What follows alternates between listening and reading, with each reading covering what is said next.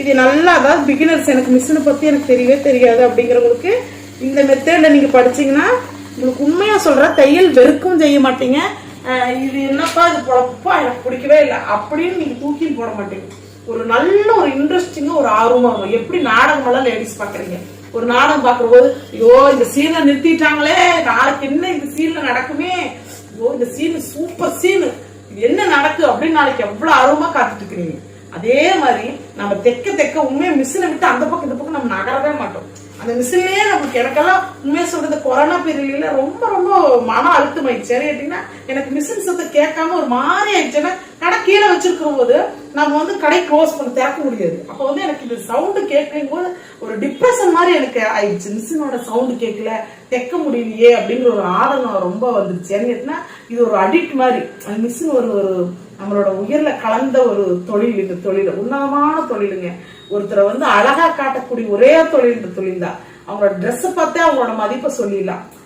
இவங்க பக்கா நல்ல ஜென்டில்மேனா இருக்கிறாங்க. ஏன்னா அந்த ட்ரெஸ் தான் அவங்களோட ஒரு ஃபுல்லோட பேக்ரவுண்ட் எல்லாம் தெரியாது. ட்ரெஸ் வச்சுதான் ஒருத்தரை கணிக்க முடியும். அதனால இந்த தொழில் மேல அவ்வளவு லவ் எனக்கு.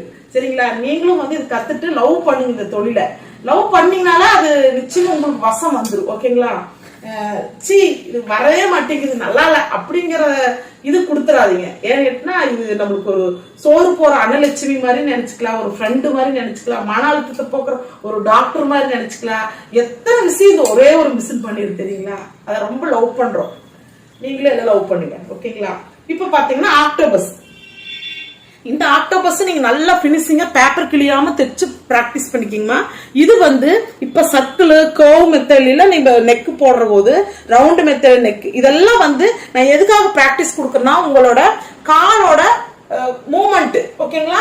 ஒரு இக்கட்டான ஒரு மாடல் துணி, அதாவது நீங்க பிளவுஸ் கூட விட்டுறலாம். கழுத்து சுடிதார் பேட்டர்ன் பாத்தீங்கன்னா பிள்ளைகளை இப்ப டிஃப்ரெண்ட் கழுத்து போடுறாங்க.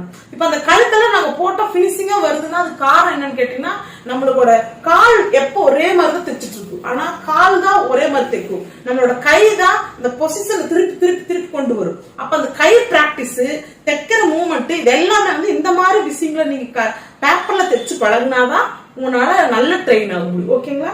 அதே சமயத்துல நான் சொல்றது எப்படின்னு கேட்டீங்கன்னா அந்த காலத்துல இருந்து நாங்க எங்க காலத்துல இருந்து தைக்கிற முறைப்படி. ஓகேங்களா? இப்போ ஒரு சிலர் பாத்தீங்கன்னா எதுவுமே எந்த விஷயம் தெரிஞ்சுக்காம ஈஸியா போன் இருக்குன்னு கமெண்ட் எல்லாம் கொஞ்சம் பேடாலாம் கொடுக்கற போது நம்மளுக்கு கஷ்டமாலாம் இல்ல. ஏன்னு கேட்டீங்கன்னா எப்பவுமே வில்லன் இருந்தாதான் கதாநாயகனுக்கு வேல்யூ இருக்கும்பாங்க. அந்த மாதிரி நீங்க கெட்ட கமெண்ட் கொடுக்கதான் எங்களுக்குள்ள நம்ம நல்லா பாதையில தான் கரெக்டா போயிட்டு இருக்கிறோம் அப்படிங்கிறது தோணுது. பரவாயில்ல, நல்லா கொடுங்க.